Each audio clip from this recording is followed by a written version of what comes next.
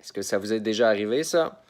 Moi, ça n'arrive pas très souvent, en fait, mais ça vient juste de m'arriver, puis ça me donne l'occasion de vous en parler.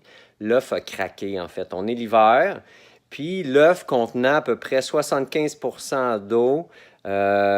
Si cette eau-là gèle, évidemment, elle prend de l'expansion en devenant de la glace. Puis l'œuf, à ce moment-là, il peut craquer comme ça. Sa coquille peut craquer. Est-ce que c'est grave? Est-ce que l'œuf est comestible dans ce temps-là?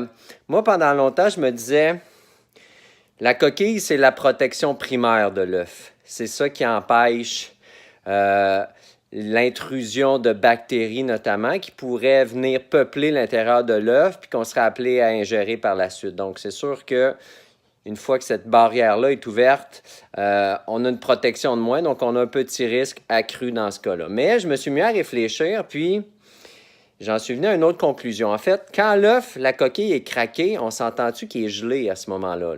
L'œuf est complètement gelé. Ça fait en sorte que s'il y a des bactéries qui se trouvent sur le dessus de l'œuf, ben, elles ne vont pas à ce moment-là se développer. Elles sont comme en dormance, sinon elles sont mortes. Donc, ce que je fais maintenant, quand je trouve un œuf dont la coquille est craquée comme ça, bien, je vais le mettre directement au frigo. Pourquoi? Parce que si je le mets sur le comptoir, il va y avoir la condensation qui va se créer sur la coquille de l'œuf. Puis là, ça pourrait amener la multiplication des bactéries qu'on ne veut pas. Donc, je le mets directement dans le frigo à ce moment-là. Et puis, je vais le consommer dans la journée suivante ou dans les 2 jours qui suivent. Pourquoi? Pour justement qu'il n'y ait pas trop de risque de développement de bactéries, mais aussi ce qui est super important comme troisième condition, ça serait de le cuire au complet. Moi, je mange souvent des œufs crus dans mon shake le matin, là, je mets ça dans le blender, tout ça. Mais un œuf comme ça, je vais le cuire.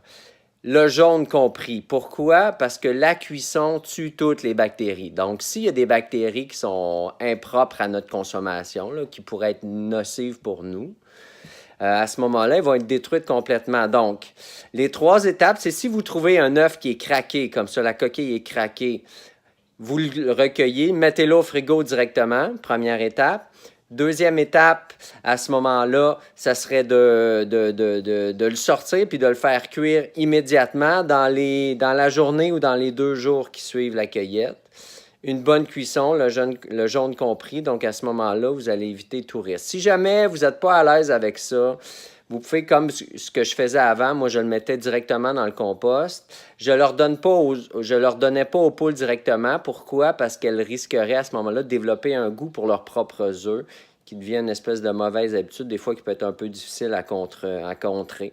Aussi, quelques trucs pour pas que ça arrive, des œufs qui gèlent. En fait, moi, ça arrive peu fréquemment parce que vous savez, les poules, naturellement, vont mettre leurs œufs dans le même nid. Même si ça avait plein de pondoirs, les poules ont tendance à concentrer les œufs dans le même nid. Fait que l'hiver, ça fait en sorte que la première poule va pondre un œuf dans le nid, la deuxième va arriver, va réchauffer le précédent et ainsi de suite. Sauf que là, présentement, j'ai beaucoup de poules qui prennent des breaks.